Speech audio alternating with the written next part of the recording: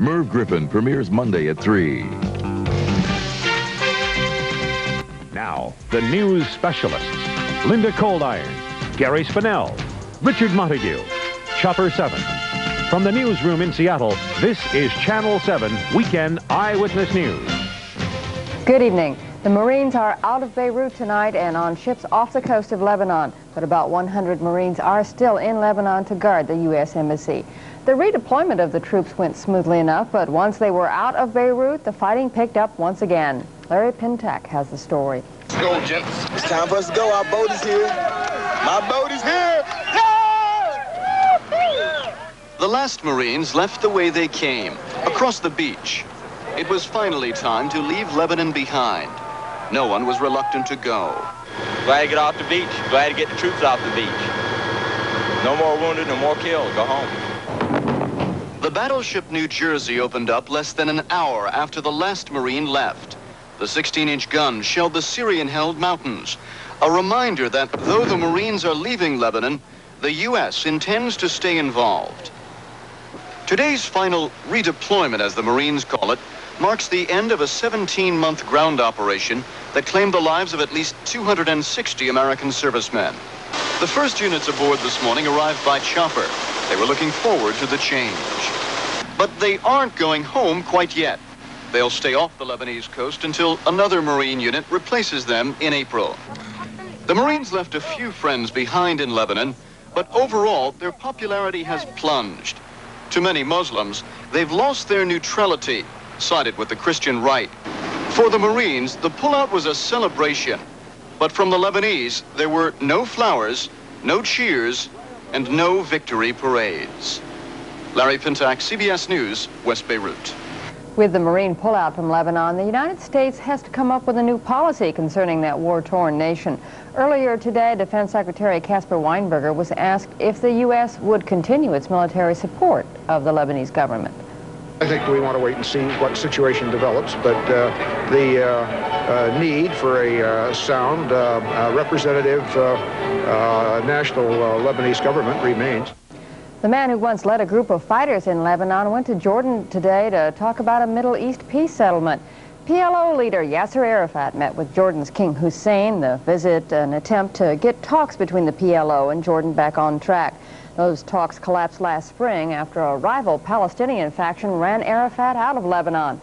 The main topic of discussion today, the Palestinians living in Jordan. It was Jesse Jackson's announced sympathy for the Palestinian cause that angered some Jewish leaders in this country. Things got even worse last week when reports surfaced that Jackson had privately referred to Jews as Haimis. After a week of denials, Jackson tonight admitted making that remark. Tonight's admission comes as tensions between Jackson's supporters and the American Jewish community continue to grow. Bob Faw has that part of the story. The setting was Chicago. The audience was a nation of Islam, black Muslims, but the target was American Jews. The man who has enthusiastically endorsed Jackson accused Jews of poisoning the political climate against the candidate. And citing recent threats against Jackson, Farrakhan issued a veiled threat of his own. Why hurl stones at him? Is our champion. If you harm this brother, what do you think we should do about it? Last night, Jackson did not disavow those remarks or disassociate himself from them, and today he did just the opposite when he launched a new attack on Jewish leaders.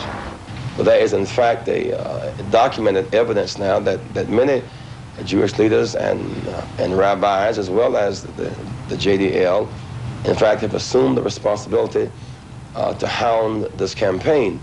What Jackson calls persecution ranges from the disruption of his presidential announcement by Jewish hecklers to picketing of his Boston office by members of the militant Jewish Defense League, to this advertisement in the New York Times from a group calling itself Jews Against Jesse, to this memo given reporters by the Anti-Defamation League, which outlines a series of statements by Jackson which the League considers offensive.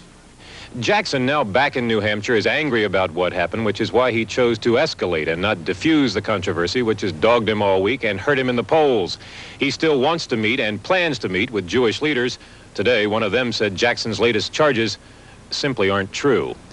Bob Fall, CBS News, Manchester. The search is continuing tonight for 2 men missing in a boating accident near Oak Harbor. They were aboard a 16-foot pleasure craft that apparently struck a submerged object off Whidbey Island about 5 o'clock this afternoon. Officials say neither man was wearing a life jacket. The damaged boat was recovered, but so far there's no sign of the men who've been aboard. Coast Guard and Navy helicopters are taking part in the search, along with a Coast Guard cutter and some private boats. Seattle climber Jim Wickwire tonight says he's given up hope of finding his friend alive on Alaska's Mount McKinley. Japanese climber Naomi Umura has been missing since reaching the summit 2 weeks ago. Wickwire says he found scraps of food and fuel in an ice cave, but he's convinced Umura fell to his death while descending the mountain. Members of a Japanese climbing crew say they're determined to scale the mountain to recover Umura's body.